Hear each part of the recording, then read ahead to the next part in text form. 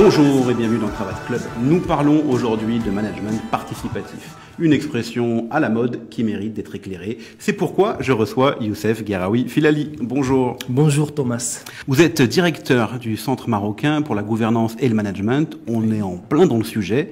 Qu'est-ce qu'on entend par management participatif? Le management participatif est un style de management qui est basé sur une approche participative. Alors, quand il est management participatif et par objectif MPO, ça permet aussi de mobiliser les équipes pour l'atteinte des objectifs stratégiques, tactiques et opérationnels des organisations. Mais alors dans ce cas-là, qu'est-ce qui est différent d'un style de management classique? Qui participe en fait? En fait, on l'appelle management participatif. Pourquoi? Parce qu'il favorise 5 éléments majeurs. Premièrement, ça permet de motiver les équipes à travers une approche participative. Deuxièmement, ça permet de partager les responsabilités et donc par conséquent de responsabiliser les collaborateurs sur l'atteinte des objectifs de l'entreprise. Oui. Et puis éventuellement, ça permet de faire du développement personnel. Les gens sont intégrés dans des projets. À travers l'approche participative, il y a un échange d'idées, il y a de l'interaction, il y a de la réflexion qui est derrière. Et donc, ça travaille aussi le côté développement personnel des gens. Quatrième élément très important, c'est qu'il favorise aussi l'évaluation de la performance. Quand on est dans un management participatif, on est sur un transfert des compétences et un partage des responsabilités. Et donc, ça permet de l'évaluation de la performance à travers cette, je dirais, approche participative. Cinquième élément très important, c'est la délégation du pouvoir. Ça permet de déléguer et de responsabiliser les autres pour, je dirais, piloter la performance et atteindre les objectifs des organisations. Alors on voit que sur le papier, c'est très structuré, très efficace. Dans la réalité de chaque jour, qui est-ce qu'on fait participer? Qui est-ce qu'on intègre réellement? Ce sont tous les collaborateurs ou une partie seulement? Alors, en principe, ça devrait être tous les collaborateurs, mais bien évidemment, on est sur des niveaux de hiérarchie. Alors, quand on est dans un management participatif, d'abord, il faut qu'on adopte un mode de gouvernance qui est dualiste et non pas le moniste.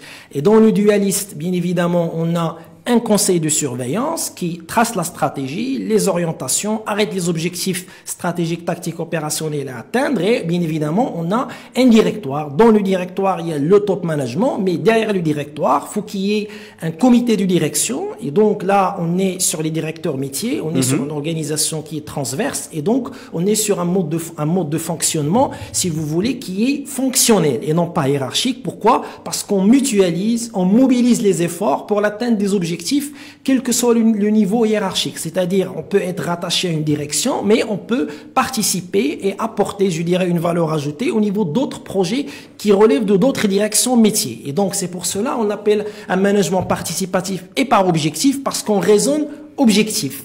Et donc, on est sur le fonctionnel et non pas sur le hiérarchique. Juste une précision, vous avez parlé de mode de gouvernance dualiste ou moniste. Est-ce qu'on peut revenir sur ça? Bien sûr. Alors, le mode de gouvernance dualiste, c'est un mode de gouvernance qui favorise le management participatif et non pas le management autoritaire. C'est-à-dire qu'il y a un organe de surveillance et de contrôle, principalement c'est des actionnaires, et il y a un organe de direction qui s'occupe du fonctionnement, c'est-à-dire tout ce qui est tactique et tout ce qui est opérationnel. Le stratégique, c'est l'organe de surveillance et de contrôle. Et donc, ce qui est intéressant de le management participatif, c'est l'interaction entre ces deux organes sans qu'il y ait un chevauchement de fonctions. On définit la stratégie au niveau du conseil, mais la mise en place de la stratégie, le suivi, l'évaluation se fait au niveau de la direction. Et donc, c'est à travers le comité de direction qui réunit le directoire et les directeurs métiers qu'on va mener un management participatif du premier rang.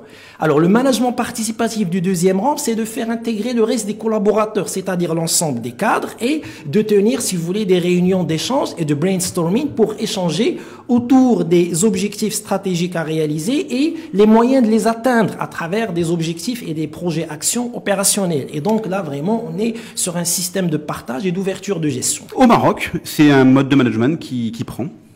Tout à fait. Au niveau des grandes entreprises, donc ils travaillent avec du MPO. Et donc on est sur des chaînes de valeur à forte valeur ajoutée. On fait de l'export, on fait de l'outsourcing. Et donc on est obligé de travailler par une approche projet. Et donc l'approche projet, il favorise le développement du MPO. Et donc vraiment on est sur des modes de gouvernance transverse et c'est du dualiste.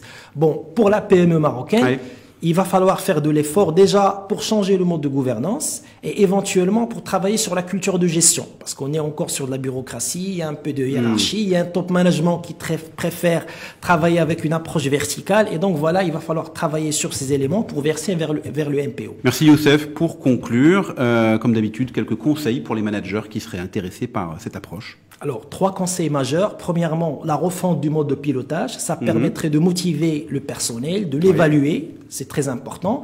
Deuxième conseil, c'est la formation. Il faut former les gens sur des disciplines qui sont liées au MPO, comme le management par projet, le leadership, l'évaluation de la performance, le contrôle de gestion. Troisième conseil majeur et qui est très important aussi, c'est l'utilisation des outils qui favorisent le MPO, c'est-à-dire les calendriers électroniques, c'est du Microsoft, éventuellement travailler avec de l'Excel, des logiciels de gestion de projet et des tableaux de bord de performance. Merci encore Youssef Guerraoui Filali pour ces précieux conseils. On en sait un petit peu plus maintenant sur le management participatif, un sujet qu'on évoquera à nouveau dans Cravate Club. À très bientôt.